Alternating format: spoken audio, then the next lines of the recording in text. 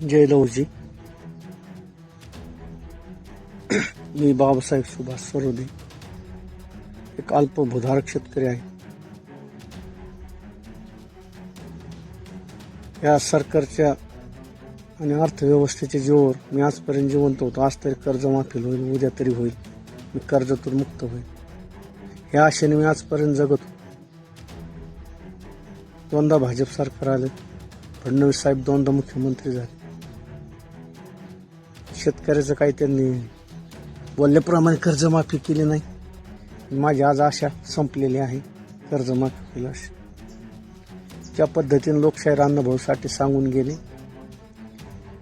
धर्मांधाने अधिक छळले, धनवंताने अधिक छळले, धर्मांधाने अधिक पिळले, चोर झाले साप.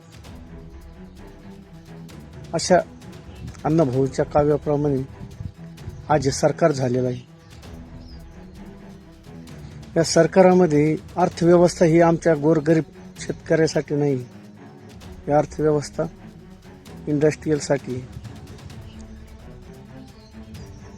आमच्या शेतकऱ्यासाठी या बजेटमध्ये, फडणवीस साहेबांच्या सरकारमध्ये, अजितदादाच्या सरकारमध्ये आमच्यासाठी काहीच नाही. म्हणून मला ही आज आत्महत्या करायची वेळ येत आहे. योग्य वेळी मला जर मदत झाली असती सरकारकडून तर मी नक्कीच माझं आयुष्य जगलो असतो पुढं.